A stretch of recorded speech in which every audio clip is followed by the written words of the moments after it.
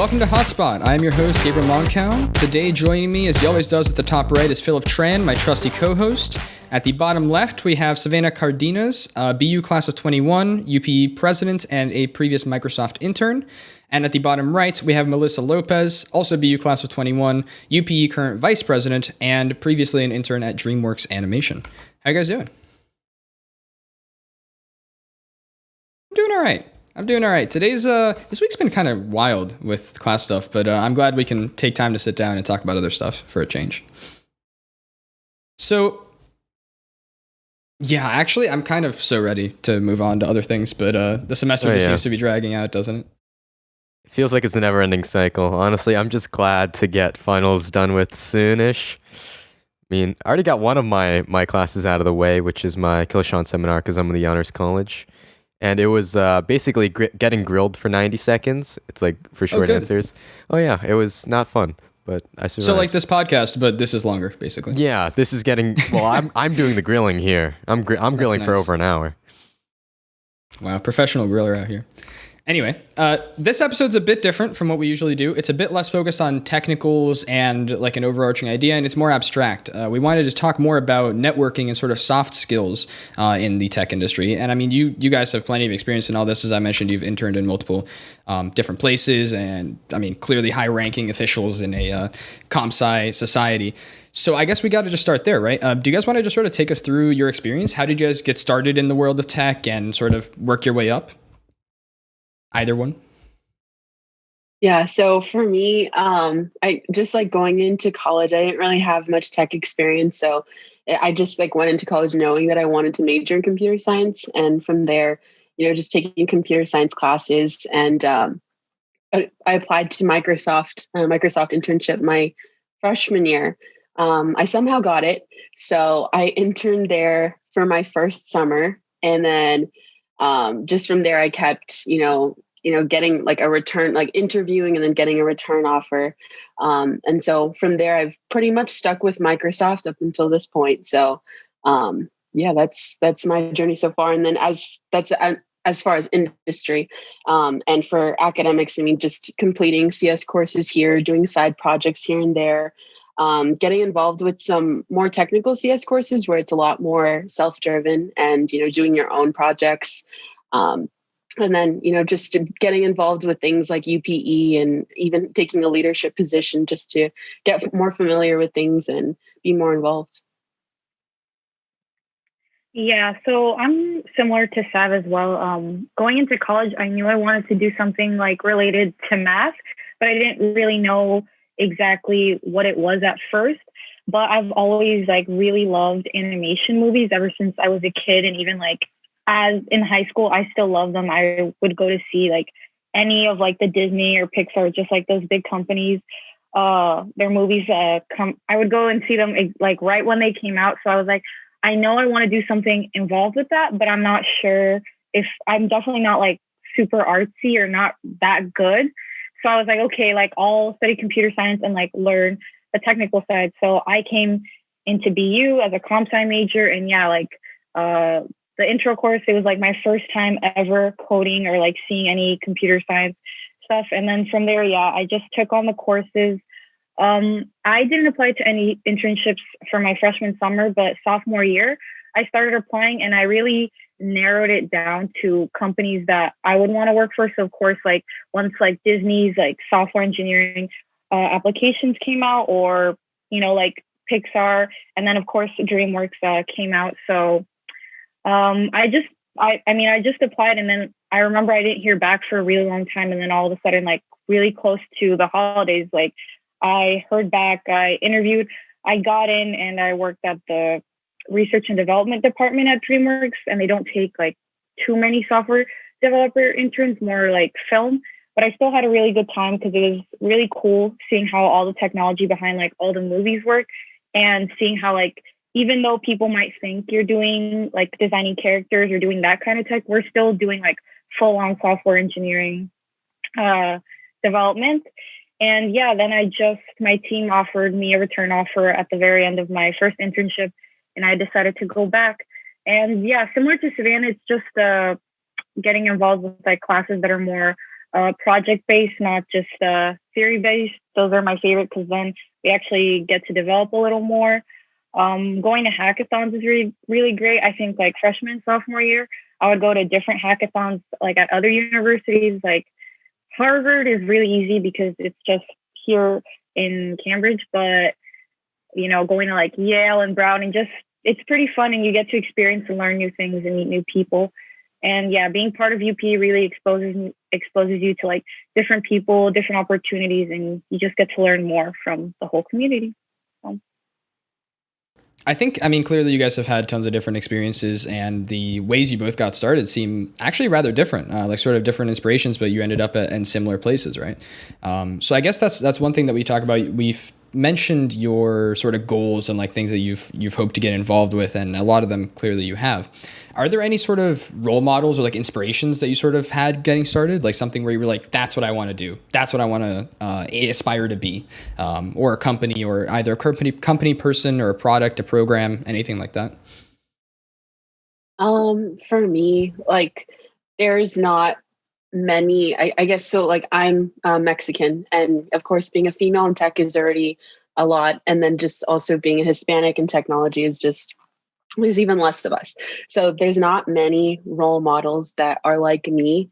And so I guess I can honestly say that I didn't really have a role model until like in the tech industry. I didn't really have a role model in the tech industry until I actually got to Microsoft. And in my first internship with Microsoft, one of our main leads of the whole internship program, her name is Vanessa, and she is Puerto Rican. She's just this amazing woman. She's up top in the just very high position. And, since then she's moved up the ranking in the past 3 years.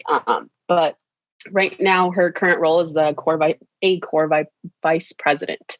And so to me, she became one of my role models because I actually had the opportunity to get to know her a lot better on a personal level. And especially being that she was also a Latina in tech was just super motivating.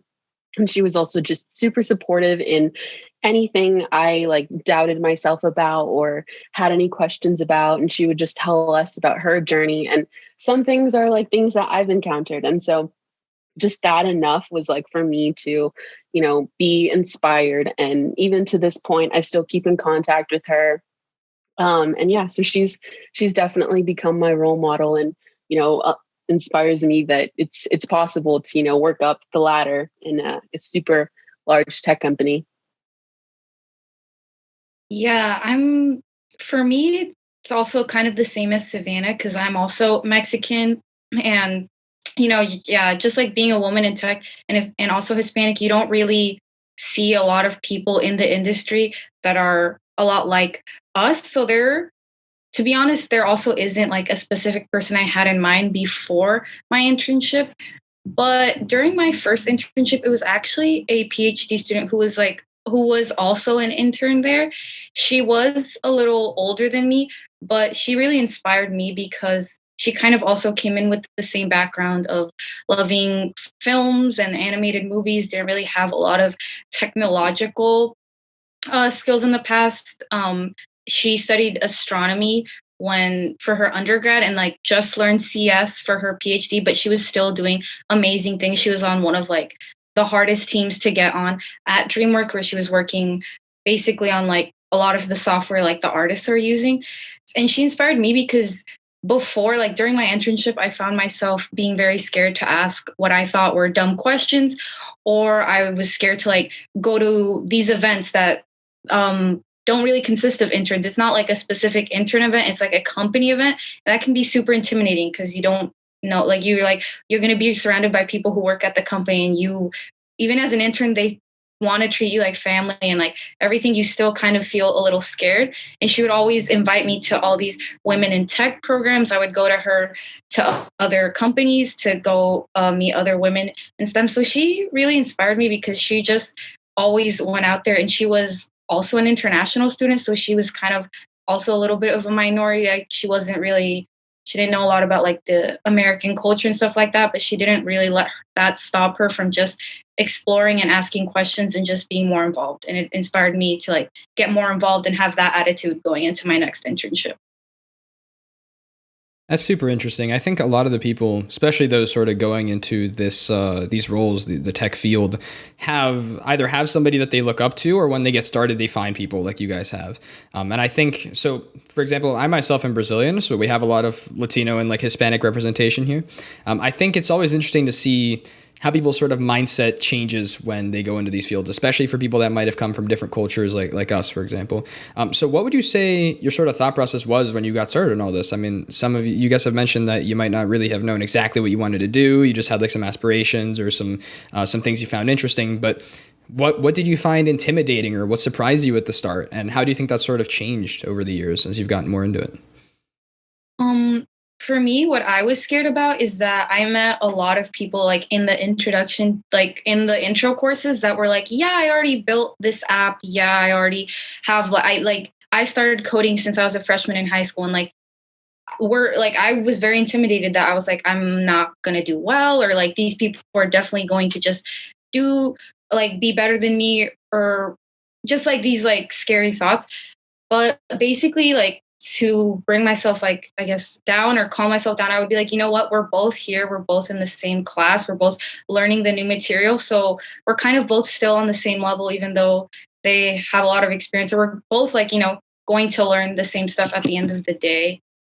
I think another thing is just finding good people and good friends. Like, of course, like Savannah and I met freshman year, and it's really good because we both like understand that there's still not a lot of women in this industry, and also like non-Hispanic. And things that surprised me is that in the intro course, I thought it was fine because there's just a lot of people from different majors. But, as we advance into upper level courses, you see like the number of women decreasing, and especially like how small we are, like as a minority of like the entire population, like of the majors or of the course we're in.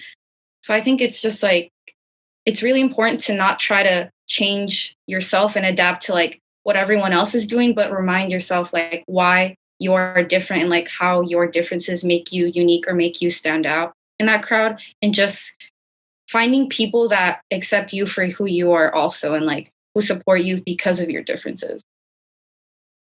Yeah, definitely. Just to add on to what Melissa was saying, I completely agree with everything. And I think like just the biggest thing that many people face is imposter syndrome. And I definitely felt that. I know Melissa did, we all have. And so that was kind of just the biggest thing to get over. It's just feeling like, okay, so many people are way ahead of me. People have all of these projects. My resume is like so much more bland compared to theirs. And just to fix that, you have to build confidence in yourself. And even once I got into the industry, I still felt like that. And especially being with like engineers who actually have had years of experience, I'd still be afraid to speak up and ask questions. And that also can go along with like imposter syndrome. But throughout those experiences, it's helped me build my confidence. And I've also grown a thick skin to not like be offended by what somebody says to me. In fact, like it just motivates me to prove them wrong. I've definitely been in experiences in academics and in the industry where I've actually felt like something said, I'm like, that's not right to say, but you know what, like, whatever, that's, just move on and make that like motivate me. And also to the point Melissa was saying, like having a good support system is such a big thing that people often overlook. Like we have a friend group since freshman year, and we have stuck together. In fact, we're doing projects together. We always do hackathons together and work through homework together. And so there's just so much that like we can just be completely honest, talk things through with each other. And I think that's just like the biggest thing that has like helped all of us like get to where we are today. I think that's super interesting stuff. And I think that's actually really relatable to Phillip and I as well. We're kind of on the other end of the spectrum in as much as like we're both freshmen, but we're sort of working up in a similar way, I guess. I mean, I've only known this guy for like 4 months now, maybe. And we've already done tons of projects together. I mean, we're co-hosting 2 podcasts and we're just doing stuff.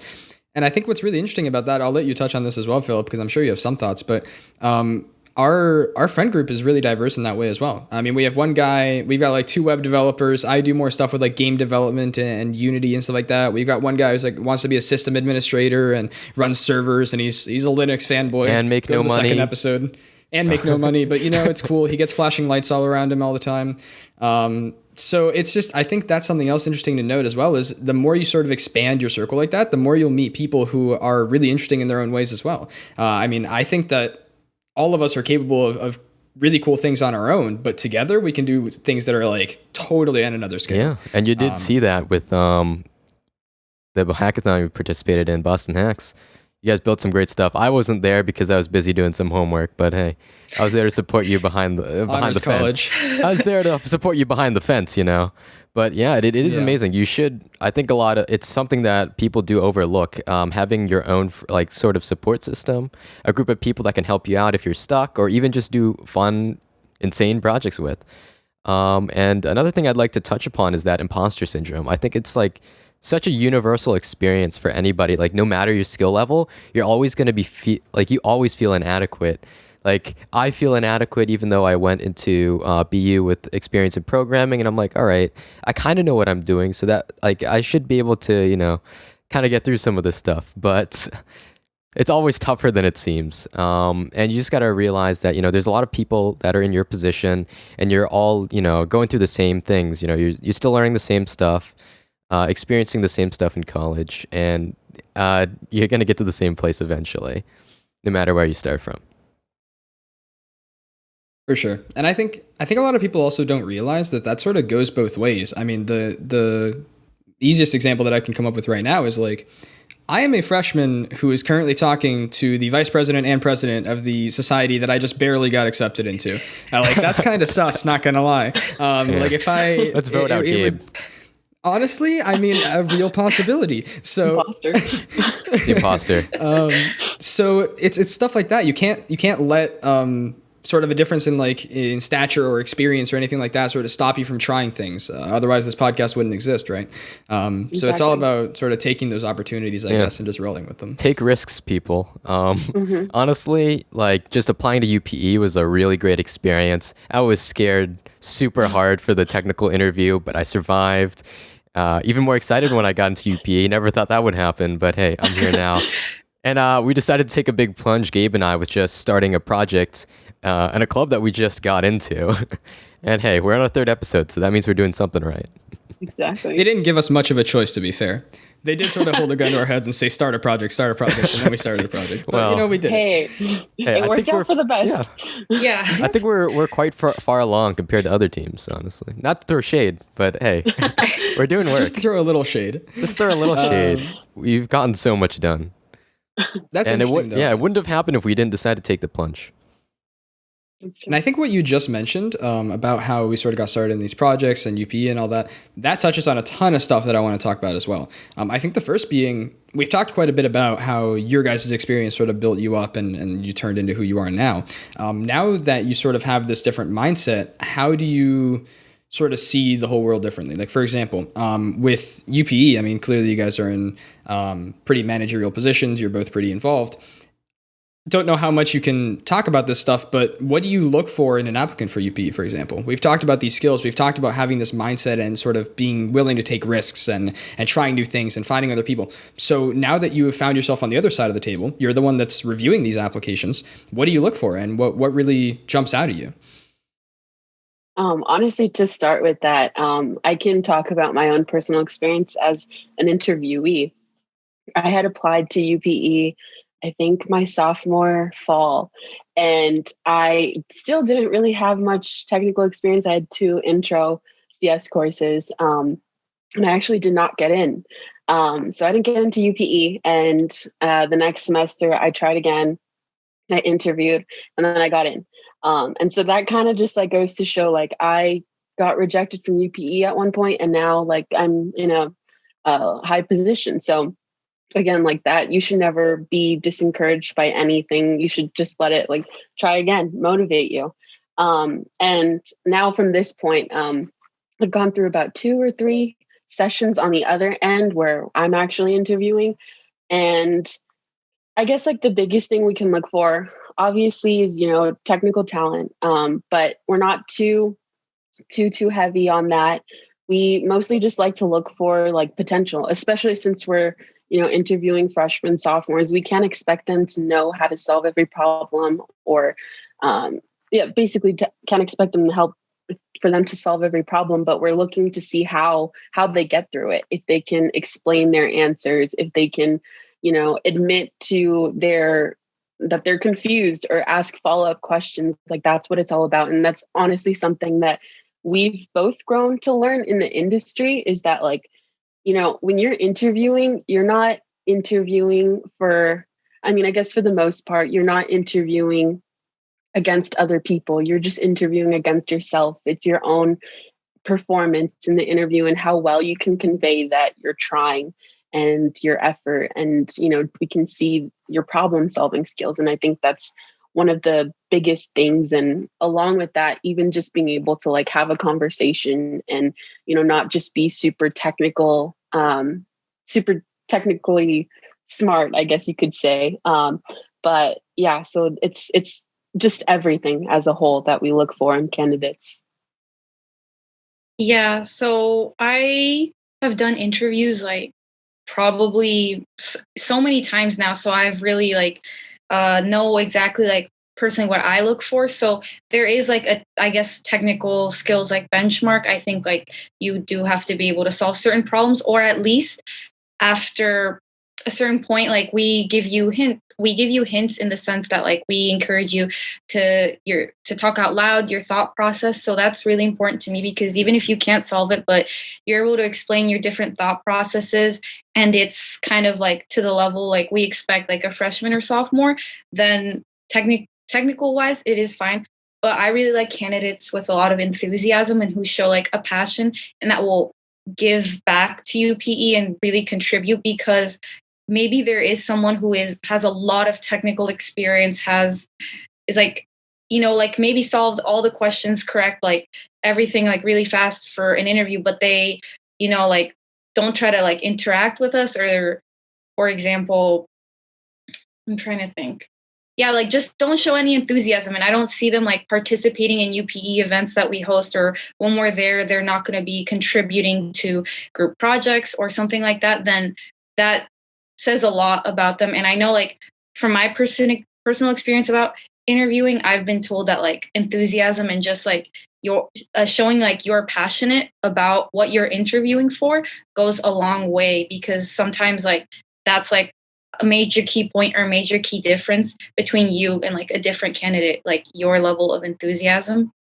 So I would say, yeah, like especially the most important thing is talking your way through the problem and seeing your thought process, and just trying to make sure the person who is interviewing you, or like the interviewer, knows exactly what you are thinking throughout the entire process. Yeah, that's interesting. I think you were actually the one who interviewed me, Melissa, when I applied for UP. I think so. I don't recall, but if I remember, all I remember from the interview is that there was a lot of back and forth that I wasn't quite ready for. It wasn't just sort of sit there, solve the problem, you don't solve it, you're out. It was really just, so what are you thinking? And why are you thinking that? Write it down, show me your notes, just because you can. And I think that's really cool. You sort of get a glimpse into their brain, right?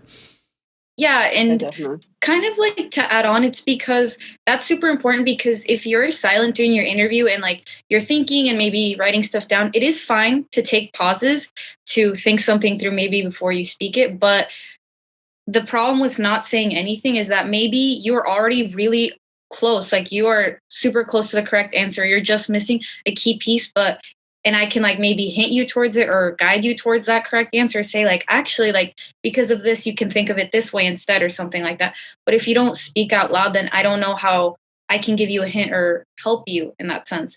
And it just goes to show like how far you are like within the problem. So Yeah. That's something else to consider as well. I think people are typically really scared of the people on the other side of the table, the ones asking the question.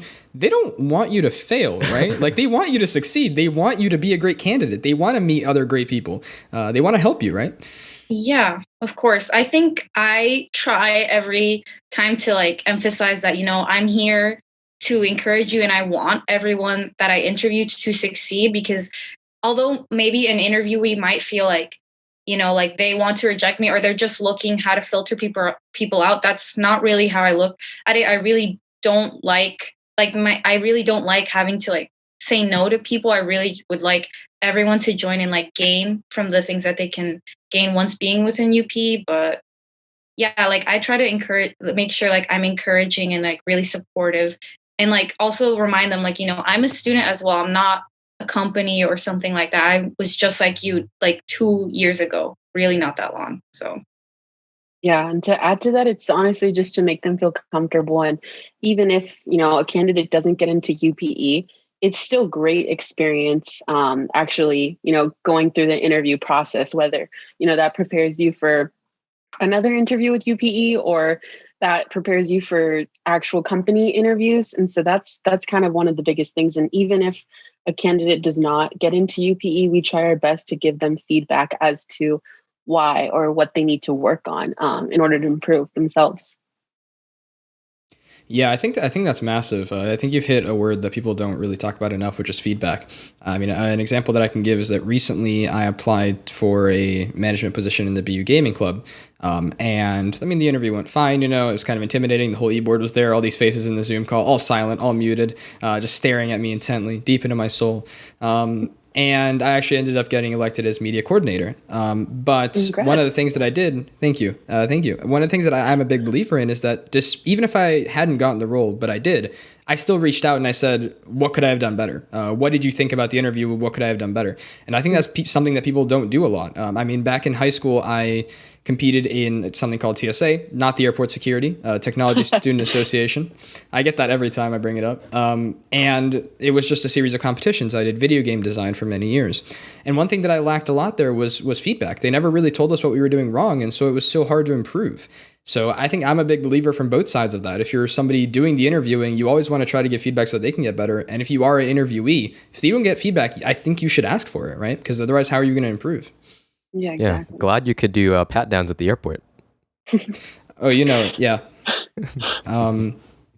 Just something I want to add on about feedback. I know like Savannah and I do this as well, but if once you have an internship and stuff, if you don't sit down with your boss at the end of of your internship, if he doesn't like make a separate meeting or something like that, I think you should reach out to your boss towards the very end and ask them for feedback on anything. Like my first internship, I asked my boss like about feedback for interviewing because I was about to go into a new season of, interviewing for internships for my junior, for the summer after my junior year, and just feedback on, my performance throughout the internship. Because even if your boss says like, this is great, this is great, and it makes you feel good that you're doing something right, but there's always room for improvement. Always. Like I believe that you can improve like in one way or another. So even if they were always encouraging to you, it's really great to ask for feedback. And especially when you do interview, I think you stand out a little bit, or a recruiter might remember you if you ask for feedback. Let's say you didn't get that job offer. It's always good to get some feedback. And it really stands out because I hear stories about people that ask for feedback, and it kind of shocks recruiters because a lot of people just see the rejection and kind of like, okay, whatever, moving on to the next thing. But if you ask for feedback, that recruiter might remember you and then refer you to a different job. So it's really important to like ask for it when you can. I certainly agree. I think people don't really consider that all enough. And I think that's something else to consider as well. We talked about sort of the imposter syndrome. That's something that can set you apart, right? You got to sort of try your very best to stand out in other ways. You can't go back and suddenly just gain 5 years of experience in something, but you can show how willing you are to learn that now. I mean, it's a bit of a cliche phrase, but it's the one that sort of goes something like, the best time to get started was 5 years ago, but the second best time is now. So You're always like, you always could have started before, but since you didn't, you might as well do it now. And I think people don't sort of embody that enough. They always just sort of look back at what could have been instead of pushing forward and trying to make the best of what is. But I think that you guys have had a lot of interesting opportunities. And between your time interviewing for things or interviewing others, what do you sort of think are the core skills that have jumped out to you? What do you think, if you had to point out like 3 things, let's say, that you might say, these are the things that across all the people that have succeeded or that people have seen in me when you guys succeeded, what do you think sort of set both you guys apart and everybody else apart? For example, I think one thing that really stands out to me as somebody who has worked in a lot of teams before and led some teams before in sort of tech projects is I always love people who are willing to fill any role. They're not just sort of set in with their ways. They're going to do it this way. This is what they've always done. This is what they want to do. People who are sort of just like, I get that might not be what's best for the project. So what is best for the project? How can I best help the team? Those people who have that mentality have always stood out to me as like the best team players, the ones who you want on your team, even if they might not be the most technically advanced, for example. I wrote a book about teamwork. I'll add some after you go. You guys can go first. Sav, do you want to go first? You can go first. What I look for, what really stands out? Well, I do agree with you that I like someone who's willing to work really well with a team and is willing to do whatever. Like again, just not like focusing on one thing. Someone who's definitely passionate, because even though, again, you might be like have a lot of technical skills, but you're working on a team and they're just not passionate about it. And that means like most likely their work will be mediocre. Like it will get the job done, but it won't go like beyond, like they'll just do the bare minimum. So when you find people that are passionate, that's also good. I'm trying to think if there's anything else that stands out. Sav, do you want to go now? Yeah, I guess to add to that, it just, again, of course, like passion, enthusiasm. One thing personally for me that's super important is communication. Even in projects, like just being able to communicate that you need help or that you are not comfortable with something, or you like, I guess, especially like in the software development lifecycle, especially in the planning phase, like I've had internship experiences where we do the whole PM to software engineering roles. And so with that, like being able to adapt to things, like being able to bounce off ideas and not shoot other people's ideas down, or actually contribute, or, explain your opinions as to why you think that would be a good idea or that wouldn't be a good idea. And even just communicating when you need help or something like that. Communication is one of the biggest things that sometimes, again, people often overlook, that whether it's imposter syndrome or something, that they're afraid to speak up. Communication is key, that you just need to, talk about, how you feel or how you can contribute, because that also goes to show how much you care. So yeah. I think that's crucial as well. People don't seem to realize I'm actually not a comp sci major. I'm a business major with a comp sci minor. I was going to dual major, but then I was like, turns out I don't love comp sci. So it's sad. I'm not doing that. It's very sad. I know. We almost convinced you to get it was a master's in comp sci, but you went for the heart and do an MBA. But you went with your heart. I decided to be reasonable. Yes. Unfortunately, you wanted to do what you love. I mean, you're kind of like me. God forbid, right? Yeah, you want to do what you love. So yeah, but definitely from like that management and business side as well. I'll let you go because I know you have thoughts, Phillip. But I would say that, like, especially the people sort of managing projects, or the ones who are trying to sort of make all the pieces fit together, they don't want to just be told what they want to hear. They want to be told what is actually going on. Don't just tell people what you think they want to hear. Tell them the reality, even if it isn't what they want to hear. Because at the end of the day, if it doesn't cause problems now, it's going to cause bigger problems later. It's all about just everybody in projects, if they really are passionate about what they're doing, and as we've highlighted, that's a key word, they just want to make the best product possible. They want to make the best team work possible. They want to sort of just do the best job. And that doesn't mean that it might be exactly their vision or somebody else's. You might have to compromise, but whatever it takes to sort of get there, right? So I'd say that's a huge priority, at least for people on the other end as well. Yeah, to add on to that, I was going to talk about the things I learned about teamwork when I was taking my Killishawn seminar class, IR 102, Spies and Terrorists of Boston, a class about Spies and Terrorists of Boston. But we also had this first starting section all about teamwork, particularly as it pertained to the the intelligence community. But what I found interesting was my professor, Professor Woodward, introduced to us this like 4-piece matrix of high skill, low skill, and then high motivation, low motivation as a way to like see where your team members fit. And it basically goes like, if you have a team member that's low skill and low motivation, they're probably not a great fit for the team. But if you have somebody with low skill but high motivation, it's super likely that you'll be able to train them up into the upper quadrant to now be a high skill, high motivation individual. And that's where, I mean, once you're at that point, those team members are going to just take off with the project. And you can rely on them for anything. And the final quadrant would be high skill but low motivation. And I think that happens with anybody. People get burned out on a project, or people just lose interest for whatever reason. And in those cases, somebody with great skills but low motivation can still be a great asset to your team. You just have to be able to somehow, massage them to, getting motivated with it again, whether that's like, all right, take a break. I know you like this project, but you're just feeling burnt out. Come back to it when you're done, or, just seeing if you can find somebody else to fill that role. So motivation is a huge thing that I look for in a team now. And Gabe, would you like to talk about our Valorant team? Because this is I would not. I would not at all. I mean, hey, it has to do with team building, right? What you look for in a great team member. I look for a set of specialists and then a set of generalists. Somebody that can fill any role, and then somebody who is really good at a few things. I don't know if you agree with that, Gabe, in that sort of paradigm. Yeah, I do. And also, just to give some context for people, I'm the captain of the Valorant A team. Valorant is a competitive first-person shooter. We have a competitive team for the BU Gaming Club, and Phillip is the captain of the Valorant B team. So we also do lead teams in that department. But I think what you've said is absolutely true. Over the years, back when I worked in like other tech projects, and I think a lot of this can be extrapolated to the industry, the best people to work with, in my experience at least, have been the ones who are the most motivated, not the most talented.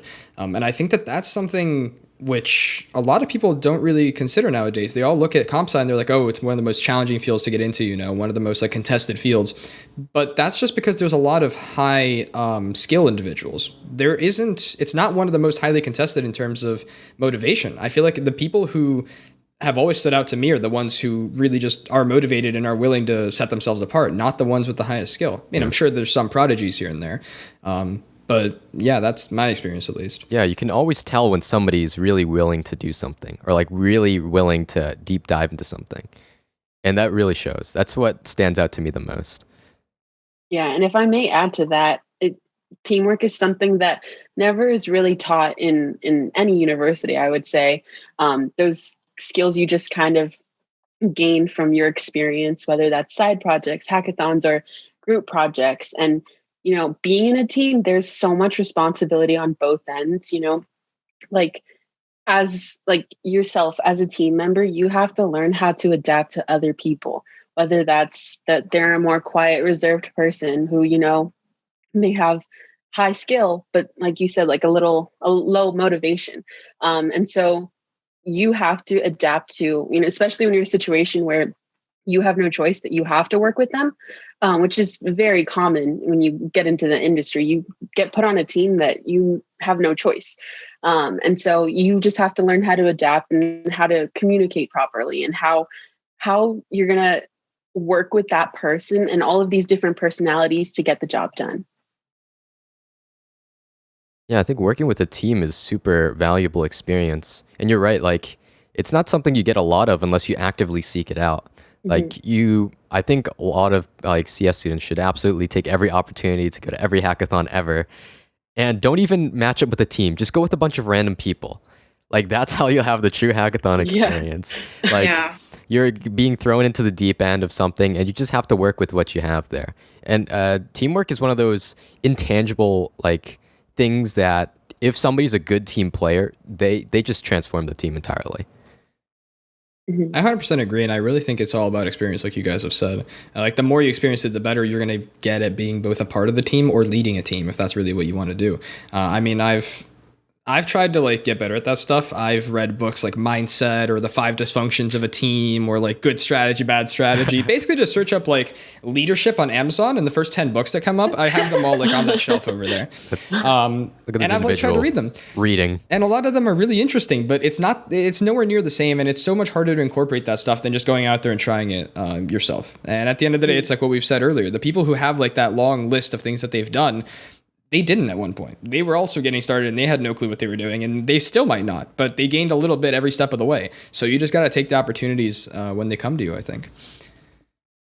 Yeah. And when it comes to those specific opportunities that we keep talking about, I think it's really different for people in different stages. I think that's one of the things that we have to talk about at this point, just from the panel that we have, is what do you guys sort of think has been the biggest difficulties you guys have faced, specifically when it comes to your experiences going into these industries? Like, for example, we have 3 Latinos here. We've got 2 females in STEM.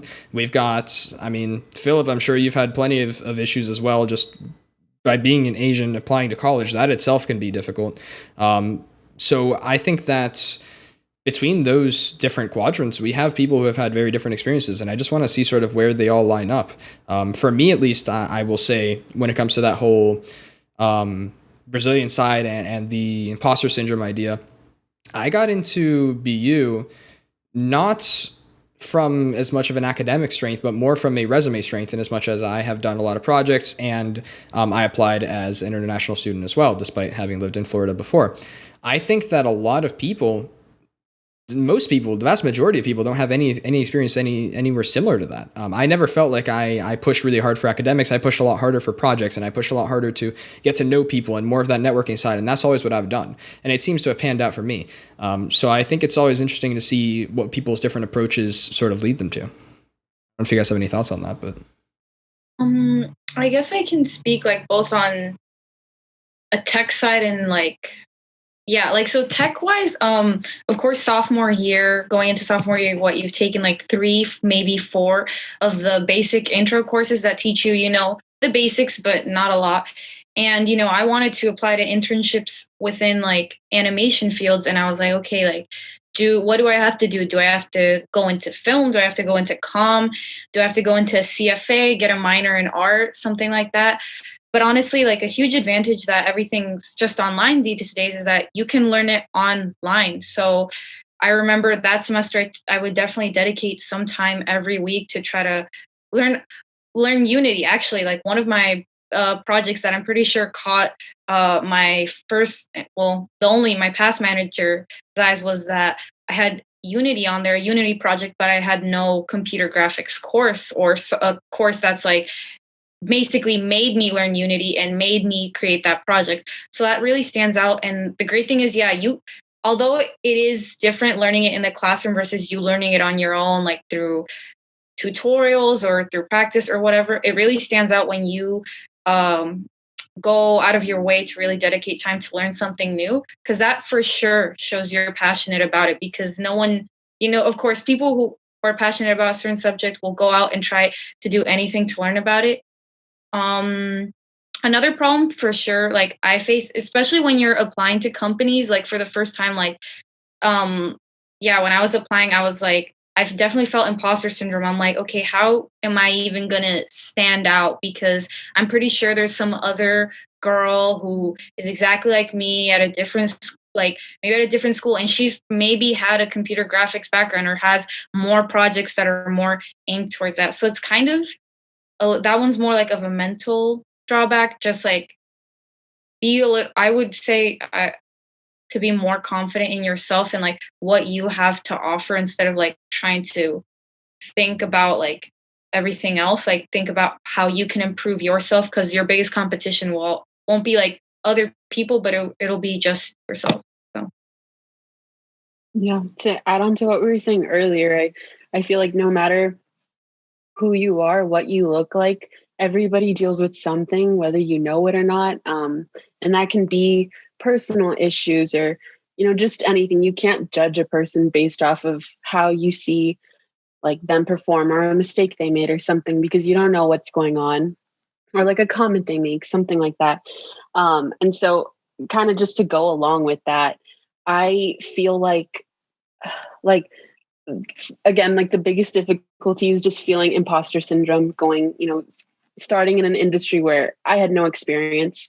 And just the only way to get over that is to experience these things, is to experience something that hurts you. That way it can motivate you, or experience something that you can learn from. And so it's just honestly the biggest thing is just gaining confidence. And that would say the biggest thing for me, because even to this point, sometimes I still deal with imposter syndrome. It never goes away.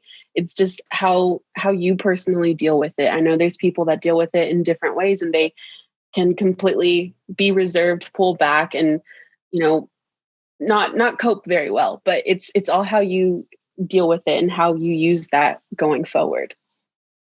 Yeah, I think everyone deals with imposter syndrome. People I've met in the industry who have been in the industry maybe for 10 years still deal with it. So it's not something that's just like, oh, like you're starting off, that's why you feel it. People will feel it like just like maybe all throughout their career. And I think some people don't even realize they're feeling it. I think admitting it is part of it, like admitting like you are scared that you don't know how maybe you got to a certain point, or that you're not good enough. It's okay to admit it, but it's what you do with that feeling, kind of like what Savannah said. For her, it really motivates her. And I think for everyone, you should use it as motivation, because you can really see the difference in a person when they deal with imposter syndrome, whether they let that control everything in their personality, or they actually, it motivates them to work harder. And that says a lot about a person's like character. I agree wholeheartedly. And I think especially when a lot of these things sort of take place because of diversity, or in the scope of diversity, people sort of have the wrong idea about it. Like I will say, for example, I think I've been rather lucky that I haven't really ever dealt with an issue where being Brazilian or being different or things like that have sort of been a detriment to me. Probably because for one, I speak English with an American accent, so a lot of people don't really pick up on it a lot of the time. And I was really lucky that I got started in tech early. I don't know how much of a benefit it will be in the long run, but I didn't have to deal with as much of those drawbacks. But even people who have like done this their whole lives, or whose like entire lineage, like all their family are just like high tech people, they all have their own issues. Everybody has their own problems with stuff like this, and nobody just feels like they're at the top of the world, except maybe Bill Gates or something like that. But yeah, I think it's important to always just remember that. And I think that at the end of the day, something that people don't seem to realize is that diversity isn't a bad thing. Like, you don't want to be like Bill Gates or like everybody else. You want to be the best version of yourself, not the best version of Bill Gates. And that's what luckily, that's what the world is sort of changing to look for as well. I mean, it's been proven, especially in the industry, that more diverse teams will come up with more creative solutions, and they'll think things outside the box, and they won't just make exactly what everybody else is making. And that's why both in the industry as well as in smaller companies and in anything in between, people are looking for more diversity in teams. It's not just to check off quotas. It's because that's how you get the best team possible. That's how you get the most creative solutions. And that's how you get really interesting people working together on really interesting ideas. So nobody should ever feel like they have to suppress that side of themselves or something, I think, because that really is the way to be the best version of yourself, I think. Yeah. Something I forgot to add was that no matter the way somebody feels about imposter syndrome, there's always a way to turn it around and think that although I may be weak in this aspect, I'm strong in another aspect. And so for me, something that I like realized that I guess like there were some things that I felt weak about, that I was like, maybe my technical skills aren't where they should be, or where the other people on my team are, other interns are. And I just felt like, okay, I can turn that around. And what do I have that's different from them? And it's not at all to pick at someone else and be like, okay, maybe I'm better than you in that sense. It's really just to make you like to feel better about yourself, that although you may have some sort of insecurity or something that makes you not feel well, that there's always something else that you can be good at. And that's possible in every team. Everybody has different strengths and weaknesses. And for me,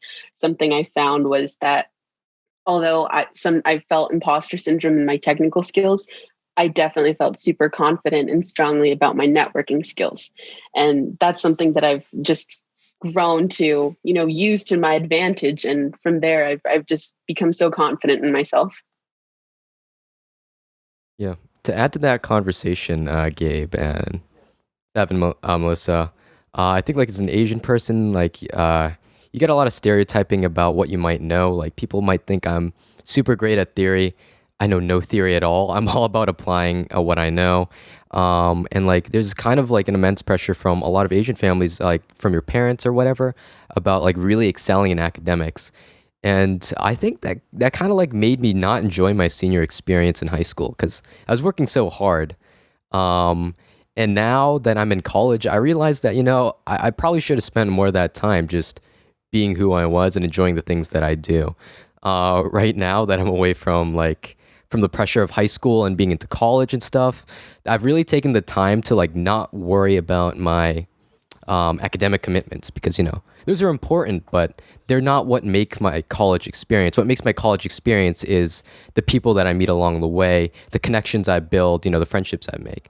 And like being able to wrestle with like, I don't know, some stereotypes about like who you may be, which I've experienced during my time in high school, which kind of bothered me, but I never really said anything about it.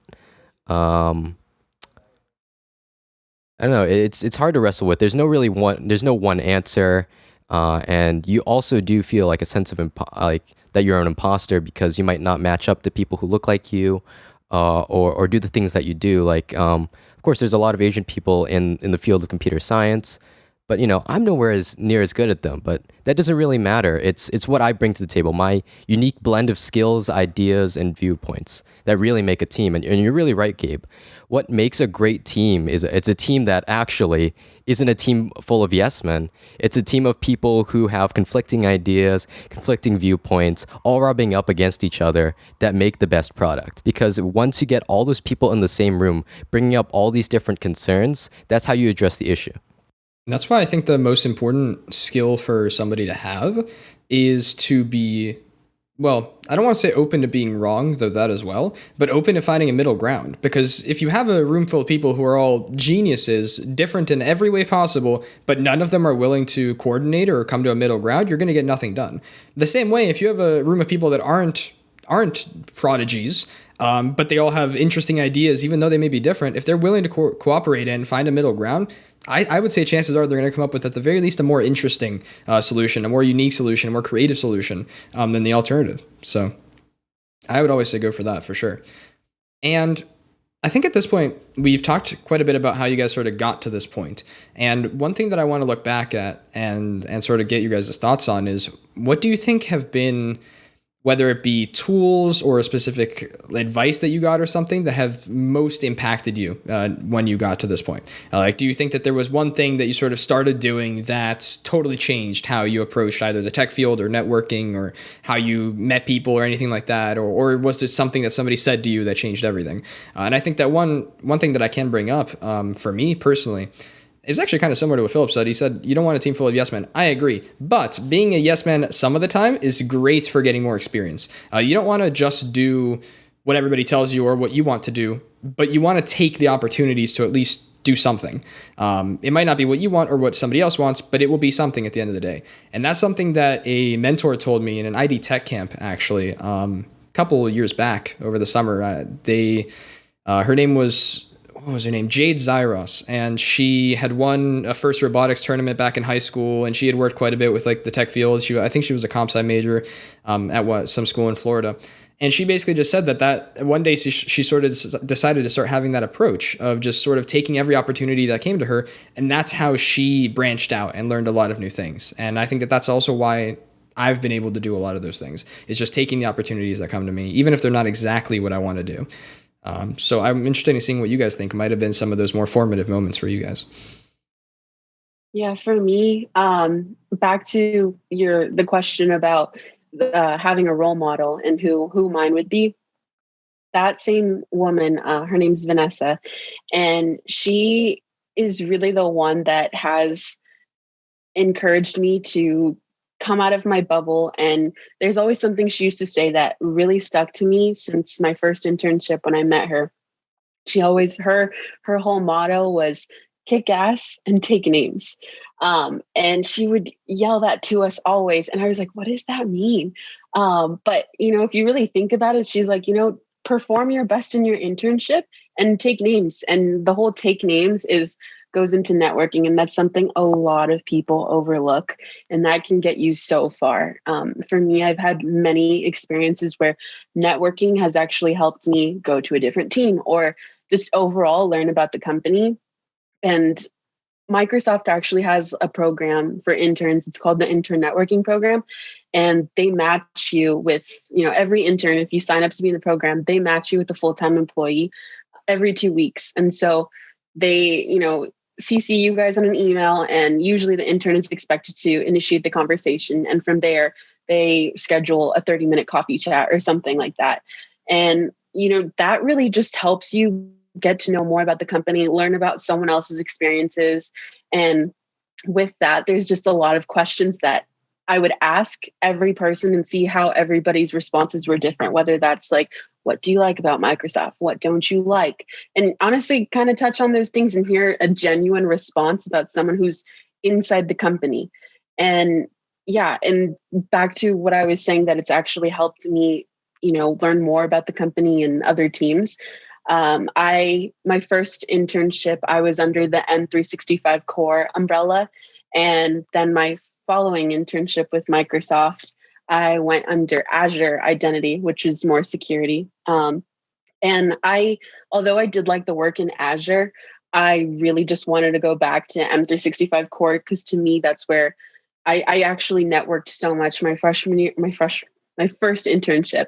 And I just felt so comfortable, and it felt like a family to me over there. And I just knew that that's somewhere that I wanted to explore more, to be able to expand my network as I go into the industry. And so from my second internship under Azure, I connected back with my network. When I was finishing my internship, I was telling them that I was interested in going back under M365. And I was able to get an interview with a team under M365. And from there, they basically I got an offer. I interviewed, I got an offer. And so I switched back to M365. And actually, my past internship this summer was under M365, and it was the hardware repair team, in which I'm actually received a full-time offer, and I will be going to go work there this after graduation. Thank you. Yeah. So, that's my story on how important networking is that I just found somewhere that felt like home to me, and I wanted to go back. And I've just learned so much about the company from people on Xbox, from people on the Teams, Microsoft Teams team. And also it's called the Teams team. That's awesome. It's funny. Yeah.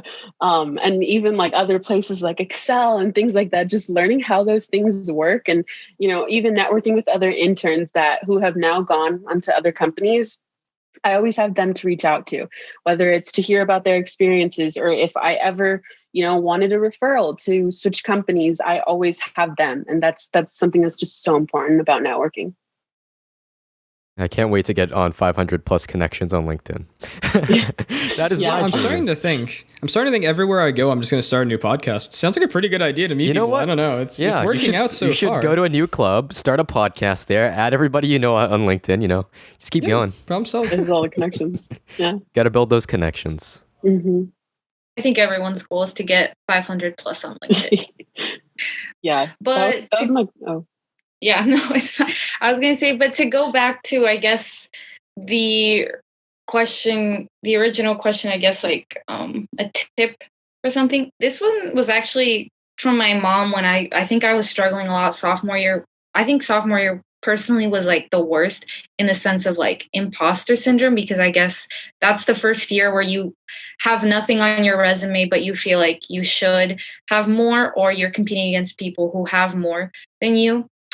And I think, and sometimes hearing comments that like, like not very nice comments about why you are a certain way, or like just hurtful things. My mom always said, and she, having a thick skin is important at some point, because you can't let every little thing bother you. But I'm still like working on it today. My mom always says, at some point you can't, like, if someone's going to think something bad about you, or think, like don't deserve that job. You know, I don't think you're smart enough or whatever.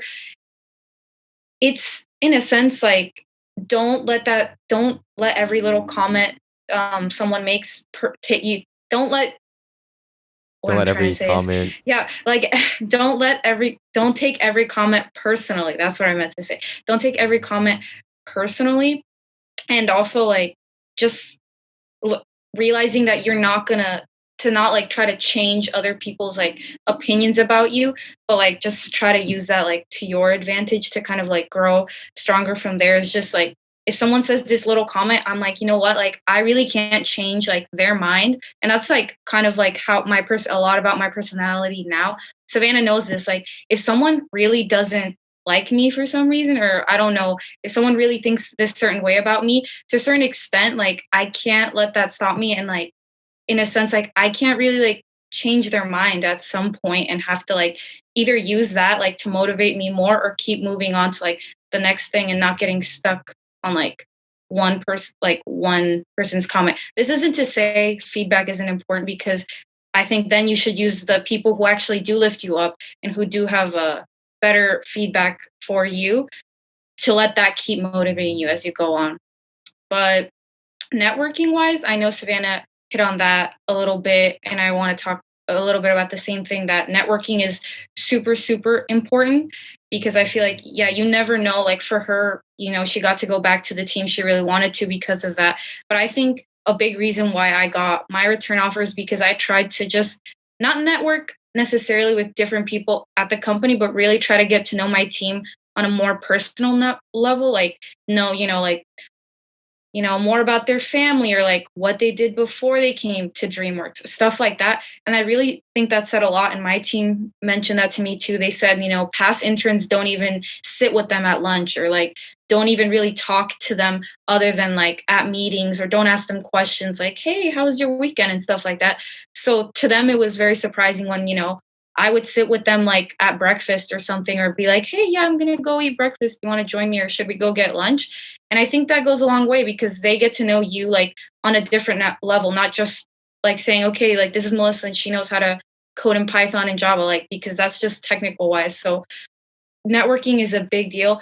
And I really tried to emphasize, like, work more on that this past summer, since I did return to the same team. They already knew where my technical skills was. And like during the day, I have a lot of time to like learn and just code and everything. But I definitely took the time to network and meet different people with across the studio, because technically at DreamWorks, the software engineers are the minority. So a lot of people don't have no idea like what they're doing. Most people are production assistant on doing more about production, art, stuff like that. So since personally, the role I'm really looking for in the animation field is called technical director. I reached out to the person in charge of the internship. Her name was Rabia. So I reached out to her, and she I was like, okay, I want to network and meet more technical directors. And that's really hard because our internships were over Zoom, like over, or whatever platform we use, just all virtual.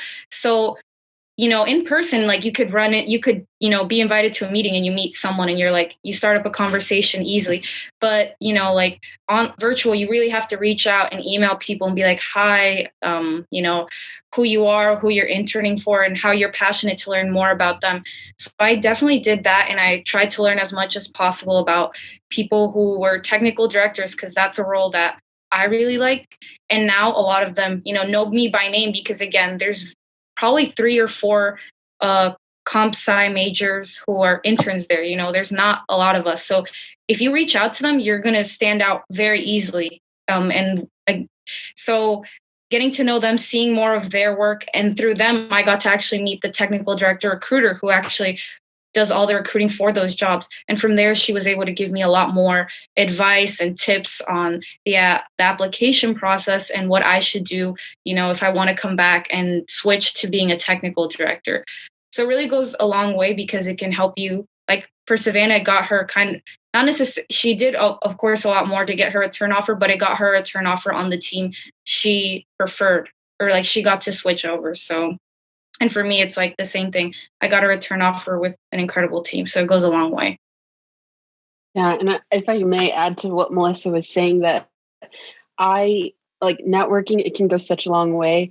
My first internship networking with Vanessa, which is I mentioned, she's the core vice president, about 2-3 levels below the CEO, which is super intimidating as an intern, especially a first internship experience. And had I not interned or networked with her, then I wouldn't have the connection that I do with her this day. And every summer, as I returned back to Microsoft as an intern, I'd make sure to check in with her. And in fact, it actually got to the point where she got mad at me that I was 3 weeks into my internship and I hadn't reached out to her. So it's super important that like you keep up with these connections, whether it's your manager from the previous summer or something like that.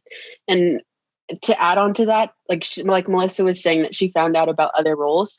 For me, I have had internship experience with both the PM role and software engineering role. And after my first internship, I completely thought I was going to go the PM route. But then, after networking with some more PMs and hearing about their experience and hearing some of them say that they regret not going into the software engineering route first and then transitioning into a PM because, they have a stronger technical background, that has influenced me into how I will make my decision and how I'm going to start my career. And so, hearing a couple of PMs tell me the same thing, that they recommend that I start off with a software engineering background. And if I still want to transition to a PM role, then that would be the best way to go. And so you have no idea how far networking can go, how it can impact your career and how much you can learn. It's awesome. Can't believe I chose a major about computers and now I have to talk to people. How disappointing. Clearly, a miscalculation. Clearly a miscalculation. But that's awesome that all these just talking to people got people on your teams, your respective teams, to notice you more and to make you really stand out. I think that's something that's super overlooked, building those interpersonal connections. Because I think people are more likely to recommend those that they already know rather than somebody who haven't interacted with at all. Yeah, I mean, you can find a million people who are proficient in Java or Python by just looking through some job interviews, but the one that doesn't make you want to work with them. The ones who you want to work with are the ones who have emailed you, and you can tell like the voice and the way that they write their emails or how passionate they are or how excited they are. Those are the ones that you're going to want to work with, right? So I think that's definitely huge. And I think at this point, I mean, we've talked about mostly how you guys got up to this point, everything that you've done, a lot of your experiences, what has shaped you and what has really defined like how you view this whole industry. What would you say are your ideals going forward? Like where do you see yourself going from here? I mean, we know that Savannah has signed a full-time offer with Microsoft. Melissa, you interned at DreamWorks quite a bit and you seemed like you really wanted to continue working on that sort of side of things. So I guess both immediately after you graduate, both classes of 21, where do you guys think you'll be going? And more long-term, sort of just where do you see yourselves in the future? This is a great question. I actually got asked this question on an interview, long-term and short-term career goals, which is kind of tough when you think about it. Welcome back. This is the second round of interviews. No, please stop. But okay, well, for me, since I technically still do not have a job offer, I am in the process of interviewing right now. Hopefully, I want to stay in the entertainment field. I don't just limit myself to animation, but I've always loved entertainment. Like it's cool to be able to say like, oh, like I technically was part of that show or part of that movie. Not necessarily I did this art or designed this character, but I contributed in some way. So, my goal is to still be a software engineering role, still combine my love of like CS with my other love of like entertainment, films, and movies. Trying to think. Something to keep in mind is I think before when I was younger, I was really scared to like be a minority in this field. I didn't even realize like I was until like, you see the people around your class and you're like, oh yeah, like I'm a small part. And sometimes some of I know we've talked about not letting like these hurtful comments go, but some of the comments are definitely along the side that, sometimes you hear people, oh, this person got this because they're a minority, and companies really want diversity. It's like, oh yeah, she only got that job because she's Mexican, and they have to have diversity. Comments like that are extremely hurtful because you're just, again, defining that person as like one letter. And my response to those questions is, it's not necessarily because I'm Mexican, but being Mexican makes me different and makes the way I view things and my personality and just my open-mindedness, or maybe the way I approach a problem, that culture part aside of me is what makes me different. So no, it's not because I check a box that I'm Hispanic. It's because that culture made me grow up thinking a different way. And I think really embracing that and always remembering, like, even if you are different and you might not think that way, to not shy away from it, but really embrace it, because teams are now realizing that it's a diverse mindset is what really makes a really great team. So just, again, always trying to stay confident no matter what, and not shying down from opportunities. So. Yeah, and exactly. I second what Melissa says. We've both had someone tell us those comments, and that's why it's also great that we have each other, because we're able to reassure each other, and we've both been in the same situation. And so she touched on that perfectly and said everything that one could possibly say just to use it to motivate you. And as for my short-term, long-term goals, right now, again, yeah, I will be starting off my career as a software engineer at Microsoft. I have interests all over the place that we'll see one day how they connect and which route I decide to take. I'm super interested in space, and so I hope one day to work at NASA in some way. Or if that doesn't happen, or for some reason I change my mind, I'm also really into real estate, which again is pretty different from what I'm doing right now. So again, we'll see if, I don't know, I become a realtor. No, I'm kidding. That won't happen. But I maybe do something with software engineering in the real estate industry. But yeah, so we'll see where I'm going. And again, I also touched on how I may even want to transition into being a PM after I get some more software engineering experience. So I guess once I just start my career and get a feel for how things are, how the industry is as an actual full-time employee, then I'll actually have a better idea and, what things I want to do, whether I want to go to grad school and get an MBA or something like that. But I think that will all come with time. But as for right now, I have so many interests, and I'm still interested in that and exploring those things. And one day I'll figure out how they all come together. This is a super weird tangent, but this is one of the connections I've had. I met a professor at Harvard, Professor Zona Kostic, and she's working on a real estate project with a few graduate students, where she is building a machine learning model with these students to create optimized floor plans for buildings, which is super cool stuff. So hey, maybe we'll find you there one day. Exactly.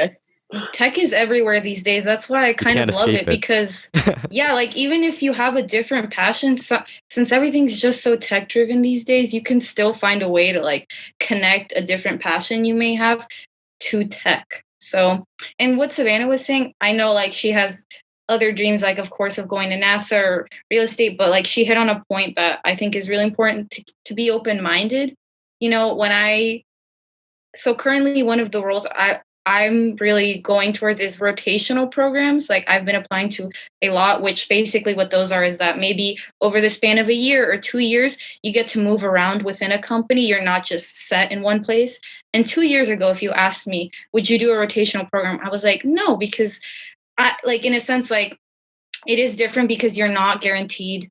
Sometimes you're not guaranteed a full-time job after that period. But honestly, now I value that more, because I like the idea that I'll be able to go to different places, learn from different people, and I'll get to settle there for a little while, but then also move on and gain a couple different skills, all within the span of maybe a year or 2 years. And it's keeping that open-minded, and just maybe along the way I'll discover I have a different passion, or someone will introduce me to something completely different that I may have not thought of. So it's keeping that mentality in mind. I also wanted to add, my actual dream is to sit in the movie theater for a film and see my name on the screen. So like that is one of like for sure like my end goals, that like somehow I'll be part of a film, even if I have to wait 10 minutes sitting in the theater for all the credits on the last name. My goal is to be there at least. Technical That is director an Melissa awesome goal. Lopez. Yeah. That would be That's an pretty awesome cool. goal. Yeah. Hey, how about we turn the question around on its head and ask Gabe? What do you want to do, Yeah. Gabe? Yeah, What do you want to do, huh? I have actually had this happen to me before in podcasts. It's kind of concerning. People do this a lot. You know what? I'm just gonna do this for every question. I'm like, hey, what do you think, Gabe? That's your role as the co-host now? You just repeat the question, but for me? I repeat the question verbatim. Fair enough. Same delivery. I'm a bit earlier in the process. I'm not BU class of 21. I'm class of 24. I have a little while to figure that out. I mean, as we previously mentioned, though, at one point the plan was planned out as far as an MBA, so who knows? I try to be really open-minded. One of the books that's on my shelf of the 10 that I bought from Amazon or whatever, it's called Range. It was actually recommended, I think, by the Dean of Questrom, School of Business at BU. It basically talks about how diversification can lead to better, more well-rounded and more in-depth individuals than people who just focus on one thing like forever. And they talk about how a lot of studies, chess is a good example. In people who are really good at chess are typically the ones who have just played chess for a really long time. They focus on chess. They know every single possible move, but that's because chess is predictable. If you know how to read the board, if you know what the opponent might do, then you can react accordingly. It's more about looking at the patterns. It's all about patterns. That is not the case for every field in the world. And that's what the book is talking about. A lot of the times in real world and more real jobs, people think that it's all about just drilling those programming questions on LeetCode or something so that you can get that interview done. But not every job is like chess. In fact, the vast majority aren't. They're not going to be predictable. They're not going to be pattern-based. It's all going to be about diversifying and becoming a more well-rounded individual, because then you can react to any given situation better. And that's something that I really like. So short term, I'm just trying to do a ton of different stuff. I'm just trying to gain experience and projects, and I've always been about that. I mean, back in high school, I sort of only did video game design, like I mentioned, for a long time. I started back in 8th grade, actually, where I learned Unity and just started doing that stuff with TSA. That's all I did until like junior year. I had my little bubble and I was like, I am the best. It's great. Because nobody else was doing that. That's the only reason I was the best. But then the I best realized, by default. Exactly, because there was no competition. Nobody else was doing video game design stuff. So then I sort of looked around me and I was like, wait, there's a ton of people doing a lot of really other cool stuff. And I really wanted to get involved with that. So I joined First Robotics, and I met people who were way above me in terms of technical skill there. And I joined a film production class where I learned how to shoot with cameras and lighting and audio stuff. And I did broadcast for a while. For a while, I ran backstage tech for a theater production. And I'm just trying to diversify and try out as many different experiences as possible. Because when I've realized, and this is the reason why I'm not a comp sci major, I am a tech enthusiast. I do not like computer science. There is a difference. I could not sit through 4 years of theoretical classes and like applied mathematics, and I don't like to code. I code as a means to an end. I do it because I like to create things. Really, I should be a media studies major, but it's a bit... that one's a bit iffy. I also don't want to be homeless, so we'll see. But yeah, I guess short term, I'm just trying out a ton of stuff, joining a ton of clubs and doing projects. But long term, probably either going to be a PM or something with an MBA or some sort of business degree. Or more recently, actually I had a dream about this last night. I was thinking to myself, I was like, PM sounds cool, but the most fun thing that I've ever done was probably running that backstage production for that theater show. And I would love to do more stuff like that. I'm in stage troupe right now, but it's not really happening because, Corona. But long term, I would love to look more into doing production side of things. So kind of what I do with the podcast, I guess, but that's amazing. Yeah. Should we take this as a moment to learn more about your co-host? Yes, please. Please do entertain us as well, Phillip. Tell us, what are your plans? Do you want to know my backstory? This is where I came from. Yes. Anyways, super... Might as well, right? Yeah, it's weird. My earliest memories were me in the basement of my childhood, house. No, Phillip. Yeah, I'm sorry. dude. I'm sorry. on this big beige Pentium 3 Windows XP tower playing space pinball. And that's definitely where my passion for tech started, because I got into games. Then after I got into games, like I got into watching a bunch of videos about tech and like computers and stuff, and I really wanted to put one together. My dad's an electrical engineer, so helped me out with that as when I was like 12. And like just getting into video games and like building computers tangentially got me into programming, because I realized, hey, I use these things to consume media, but what if I made something with it? And I think ever since then, I've always been enamored with creating stuff. So my interests in programming is a means to build things, but I'm also interested in music, which is why I'm $200 down the hole with all the audio equipment that I bought over the course of, I don't know, the last year or month or so. I played in a rock band. I've played a rock band for 2 years, and I'm super into production. I mean, as long as I get to touch a keyboard, I am content with my life. As long as I get to touch a keyboard and make something, I'm content with my life. And I think that's really what gets me going. And that's why I really like computer science, because you get this technical aspect, that kind of binds computer science together. But at the end of the day, you're trying to make something. You're trying to make something useful or make something enjoyable to like a wide range of people. Wow. I was supposed to tell you what my goals were. Yes. Yeah. This is still good. It's interesting. Yeah. So we're building up. My short-term goals are really just to build my skills, particularly my soft skills, as well as my technical skills by getting involved with a lot of hackathons, a lot of student organizations, such as UPE, and really building my connections. And from there, I really don't know where I'll go. I love to make software, so I'm probably going to take up some software engineering post at some company. But what I'm going to be building, I have no clue. I mean, I considered machine learning, but then I realized, that's way too much math for me. So maybe not. Then I considered app development. I'm like, you know what? That's actually more my field, because I'm into web development, making websites, handling the back end and the front end. And honestly, I think that's where I'm going to go. Like app development, web development, sort of a field there. What company? I don't know. I'm partial to Microsoft, actually. I'm a big Microsoft fanboy. Yeah, I could tell. You'll be hearing from me, Savannah, at some point. I'm kind of biased, though. My dad has worked at Microsoft for like 23 years, but anyway. Yeah, I have one I have one machine that runs Windows, and I hate it. So Windows is their worst product. Not because it's bad, but because I use Mac OS. So, yes. I mean, my second dream would be working at Apple, but then I wouldn't be able to tell anybody about anything I did because Apple's super secretive. That's true. And I don't really know how much web stuff they're doing, unless I really want to work on the Apple storefront, or maybe develop their native applications. That's not an aspiration. No, actually, develop if I got to work on like Logic Pro, which is Apple's digital audio workstation. That's what I used to make my music with. That would be like the dream. I get to make the thing that makes my music. Yeah. That would be sick. You know what I'm trying to say, right? I get to make the thing that makes making music possible. That's awesome for me.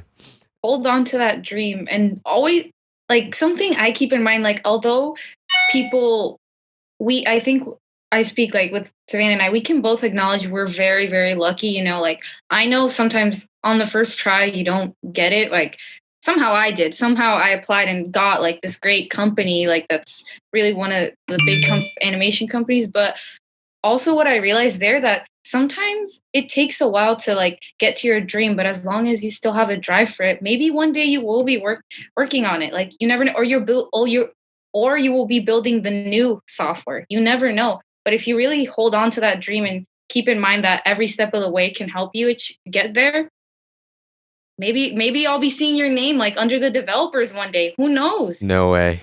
Lead developer, Phillip Tran for X product. Don't get me too excited for the future. I'm a computer science major. Nothing is supposed to make me happy. You have a problem set due like today. I just like to remind you. Wait, what?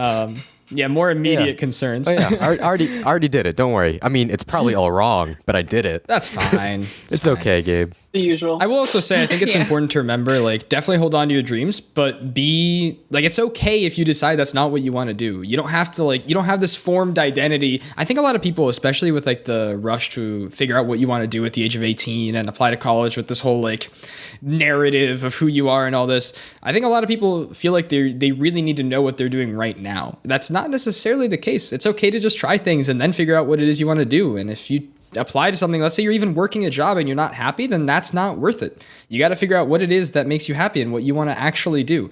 That doesn't have to stay the same for the 90 years that you're working or whatever. Oh, maybe not 90, 60 years that 90. you're working or whatever. When did we get to Wow, lengthen telomeres? 90. I was going to say that Gabe, you're alive, but then slow 90 down. was a bit short on being alive, but also too long for working. So it was a weird in between. All right. Yeah, you messed it up. Yeah, but I would just say that's also very important. Just be willing to keep an open mind, like everybody here pretty much has said, and just try new things. That's something I'm a huge advocate for. Mhm. So at this point, we have talked about how you guys got to where you are, where you're going from here, where all of us are going from here, actually. So how can we reflect on all of this and talk to the audience now? What tips would you give anybody either getting started in the industry or in positions like us or moving forward, whether it be about soft skills or networking or finding your passion, anything like that? I mean, all of us clearly have experienced a lot. So what would you guys say to anybody watching? I would say, like, basically to summarize everything we've touched upon, for me, I'm one of the biggest advocates of networking, and I've told my friends about that a million times to the point where they're probably annoyed. Yep. Networking's such a big thing. Networking's such a big thing. And of course, just being open-minded, holding on to your dreams, but also being open-minded, because whether it's going to take a little longer to get to your dream or you just have a change of heart, then, be open-minded to change and adaptability, being able to adapt to wherever your path may lead you or whoever you're working with is such an important thing. Always making sure to communicate, voice your concerns, contribute, and contribute your opinions and things like that. And there's just honestly so much that I'm trying to summarize it, and there's like a million things that I would tell people, but I mean, those are pretty much the biggest things. And if you ever feel imposter syndrome, there's so many ways to cope with it, and everybody's different. So the way that I may deal with imposter syndrome would be that, kind of like what Melissa was saying, that her mom told her, don't believe, not don't believe everything somebody tells you, but take things with a grain of salt, use it to motivate you, or, analyze yourself. What are your strengths, weaknesses, and what can you do better? Use that to improve upon yourself and motivate you to do other things. And yeah. Yeah. To add on to that, she made a lot of good points. I say, yeah, just being open-minded, like it may not be the end goal. You being open-minded and keeping in mind that, like your dream, like I feel like it's very common to have like freshmen and sophomores who are like, my dream's to work at Google. Like you could, but like maybe that's not your first stop. Maybe you go to a startup and there you become the lead somewhere there, and then you move somewhere else, and like all those skills that you gain along the way could lead you eventually to your dream. Like there's no rush. Like I know there's so much pressure on us today, especially I know as a sophomore, there's so much pressure to get an internship, do something like that. Everyone's saying if you don't have an internship, like sometimes you feel like something's wrong with you. Like was I really just that bad, or you're not doing the right thing? You're not taking advantage of opportunities that are. Sometimes it's fine if like you're just not there yet, but you can be there as long as you're working towards that goal eventually. And not everyone's path is the same. So not even if I see someone who interned twice somewhere and then they got a great job, that doesn't necessarily mean that like that's my path or I have to do something like that. And I would say a lot of being confident, just being confident in yourself, because sometimes interviewers can tell when you're not confident about an answer, when you're second guessing yourself. That's not good. Sometimes it's, you want to be confident, but also be able to admit mistakes. So always remain confident and realize that every dream truly is possible. it might not be immediate, but you can still get there some way. So just never lose confidence in yourself, no matter what, and always take risks, stuff like that. What about you, Phillip? What's your advice? You think I have advice, dude? I'm 18 years You gotta old. give something. My advice. I mean, we're figuring it out too, but maybe there's somebody 16 that we can help, right? Hey, somebody who's 16, Yeah, exactly. bro? Ah, dude, finally, I get to inject all the wisdom of Uncle Phil.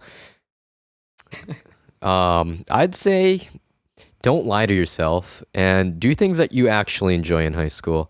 Because I think I did some things that I didn't enjoy, honestly, and it was a waste of time. I mean, of course, I did a lot of stuff that I did enjoy, but you just have to be truthful to yourself. Like, outside of any other external pressure, say to yourself, okay, I'm doing this. Like, why am I doing it? Am I doing it because I think it's going to look good on my resume, or am I doing it because I actually enjoy it? Because I really think that doing something you enjoy shows more, it shows through more in your resume than just doing things to fill out your resume. I really hope that's true, or else I just led a bunch of 16-year-old kids to their doom in the college application process. Yeah. No, I think that's true. I go by that mentality too. I guess I have to give advice now too. I think obviously I haven't experienced enough in life to give too good of advice, but if I had to say something, I would just say don't aim to be the best person on the planet. Aim to be the best version of yourself. That's like the best that you can do. Because when you sort of come in with that mentality, then you stop comparing yourself to everybody else, because they aren't the best version of you. Nobody's the best version of you, but you can become the best version of you. That's, I think, the best way to look at things and just the best thing to strive to be. So, all right. So I think with that, we've sort of gone through most of the story. And I think that we've sort of shown how important networking and just these soft skills and a lot of these underappreciated areas of the industry and just tech ideas can be. I mean, a lot of times people look at tech and they look at like these tech podcasts and even just our other episodes, and a lot of them can be really technical, or a lot of them can be about programming and about all that, but there's so much more to it. And there's so much more to just being somebody in this industry or in these fields or even just liking this stuff. So I think all in all, we've pretty much told most of the story. And at this point, I always ask one thing, which is, do you guys have any shout outs that you want to give or any closing thoughts? Is there somebody that's sort of on your way up really stood out to you? Somebody that you want to shout out either in UPE or in any of your points of experience? I have a feeling I know who Savannah's is going to be, but we'll see. Yeah. Just remind me, I have a closing thought, but anybody, yes, everybody else go first. Yeah. Some shout outs? You go first. Okay. Of course, yeah. I'll shout out Vanessa, and I hope she listens to this. Maybe I'll email it to her and she'll listen to it. And also I owe everything to where I am today to my parents, who have been like the biggest support system for me and always motivating me and encouraging me when I'm down, or, just being proud of me every step of the way. That's something that, feeling imposter syndrome, like such a small accomplishment that it seems like a small accomplishment to me, was actually like my parents are insanely proud of me. And so, they always tell me not to compare myself to other people. And this has just gone such a long way. And I'm so thankful for that and having such a great support system.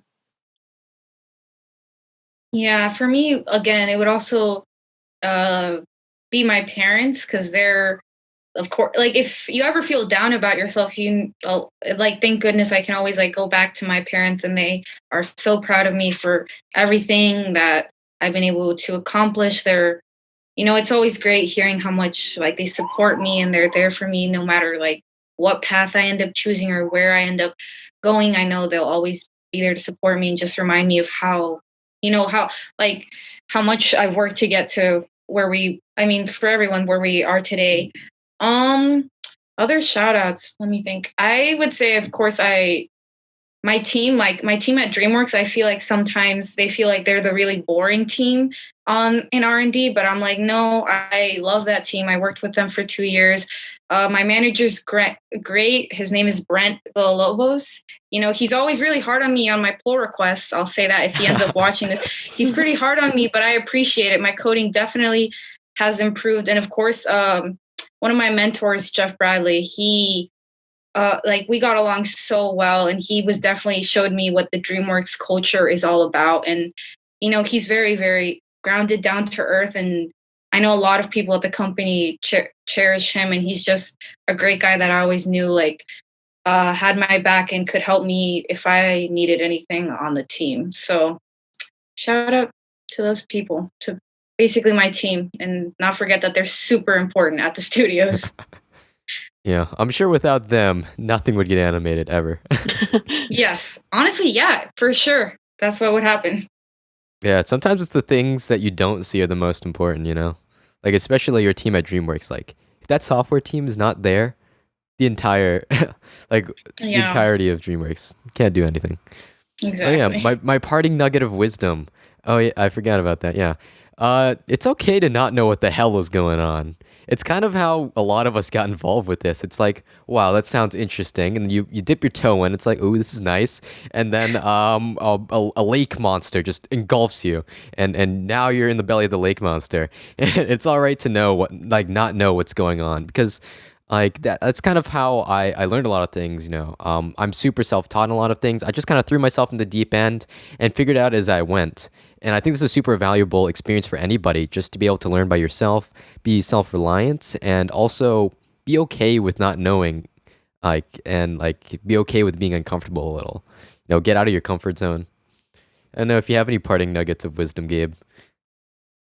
I agree with that. I think that the more you experience, the more you're going to want to experience. Every question that you answer, you're going to end up with 3 more things you're wondering about. I feel like you never actually end up knowing, like, percentage-wise, any more about life, because you just keep, like, what is possible in your mind just expands constantly. The more you experience, the more you want to experience, and that is possible. And it's just always this pursuit, I guess, of just learning more and getting better. And that's the drive for me. So I guess you gotta learn. I do. Well, okay, just not comp sci. Anything but that. Just not comp sci, yeah. Hey, it's about the pursuit of knowledge, gaining skills and just doing things that you find interesting. It's not about the end goal, Phillip. It's about the podcast about the journey along the way. It's about the journey, dude. It's always about the journey. It's true. Right? For sure. Okay, so I think with that, we're pretty much ready to close out. Does anybody else have any closing comments, thoughts, concerns, anything?